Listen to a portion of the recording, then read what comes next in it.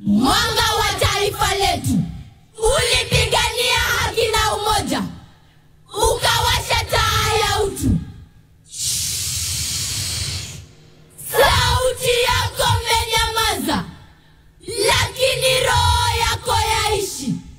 Akiwoye Wakenya tutakumiss, urithi wako daima, daima, daima utadumu.